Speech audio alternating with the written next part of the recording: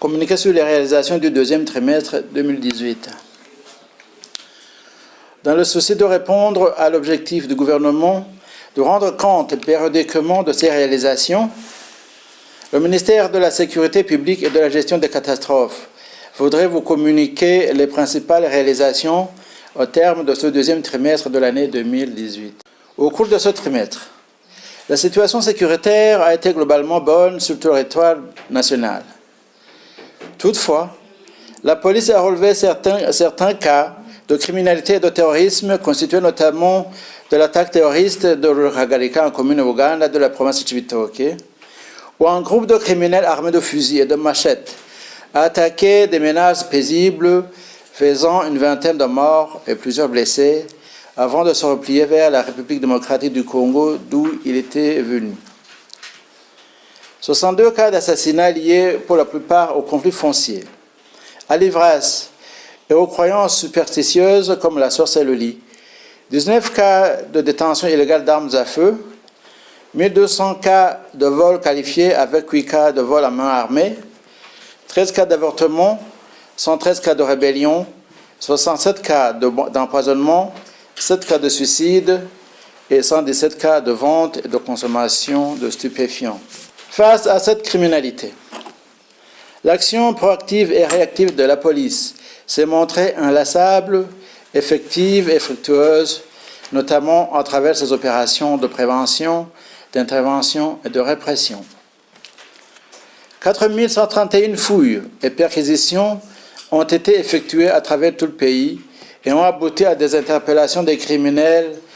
et des saisies matérielles importantes.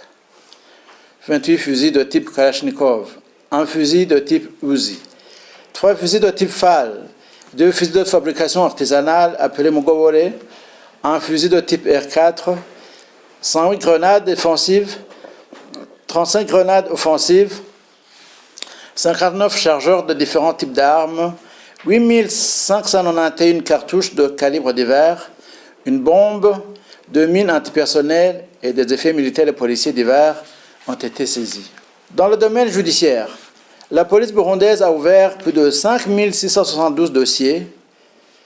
4786 dossiers ont été clôturés et transmis au parquet, tandis que 1460 dossiers sont en cours de confection. Dans le cadre de la lutte contre les boissons prohibées et les stupéfiants, 154 675 litres de boissons interdites ont été saisis et détruites, tandis que 266 kg de chanvre, 4 393 boules de chanvre ont été saisies et 116 plants déracinés. Dans le cadre de la lutte contre la fraude, 30 cas de fraude ont été enregistrés au cours de ce deuxième trimestre. Les produits faisant objet de fraude ont été saisis et remis à l'Office burundais des recettes,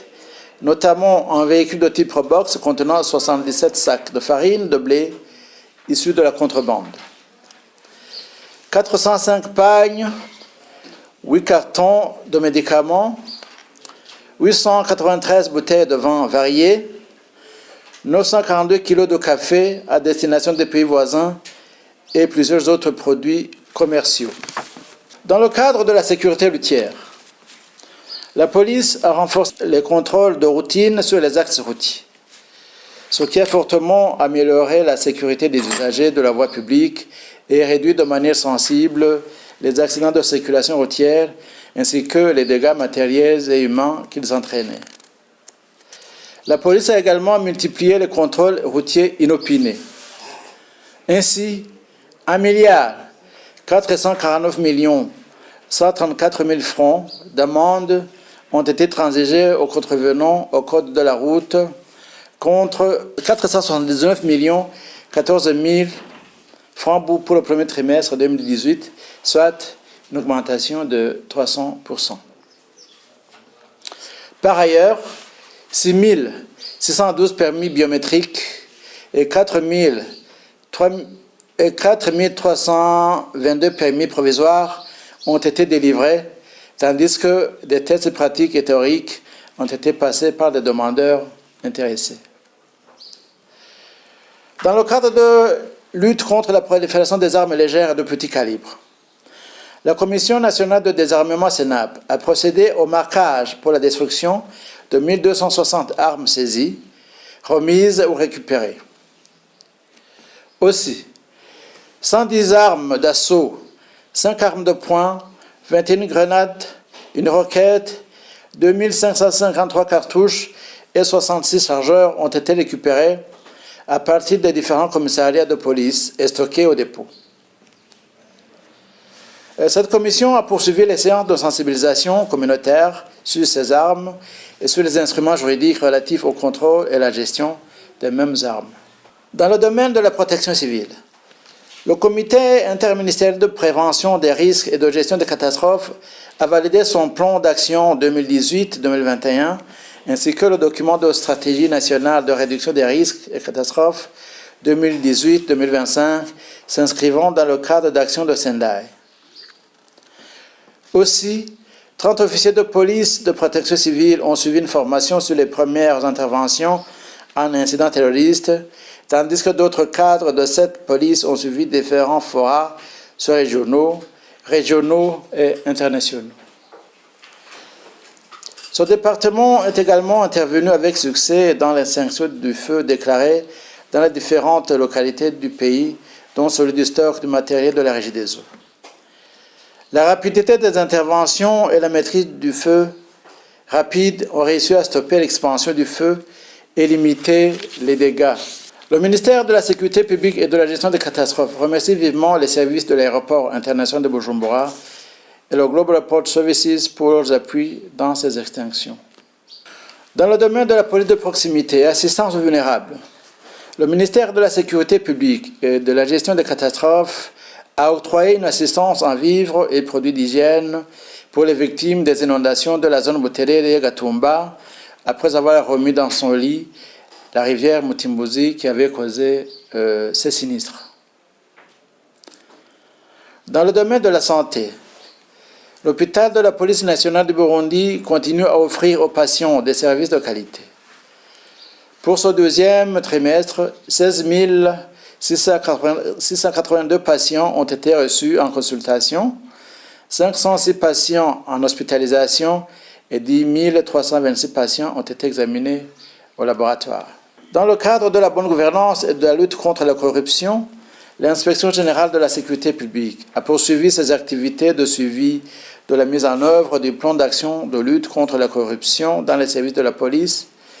de renforcement de l'intégrité des policiers et des capacités de son personnel.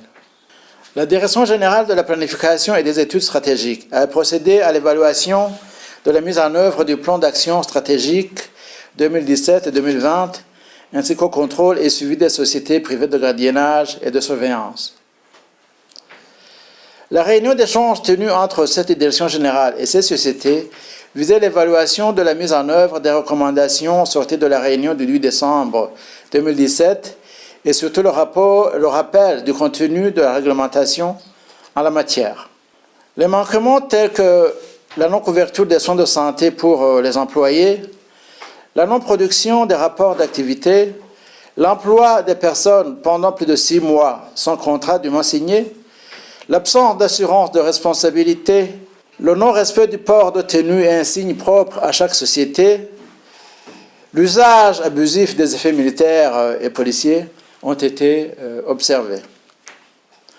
À l'issue de cette réunion, 458 paires de bottines, 250 ceinturons, 13 ont imperméables, un béret et 8 paires de chaussettes militaires et policiers ont été récupérés par ces mêmes sociétés des mains de leurs agents. Aussi,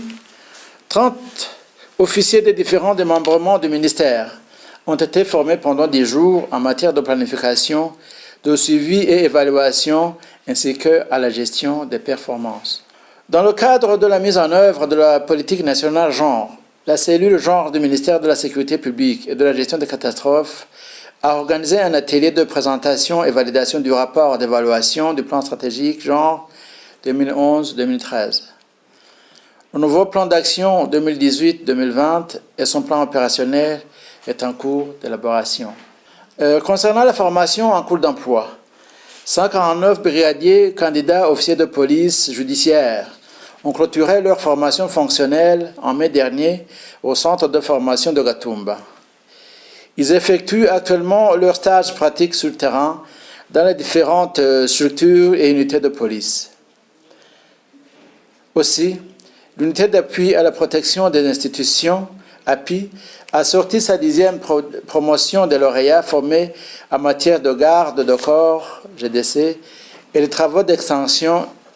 de l'Institut supérieur de police de 2 salles de classe sont à la phase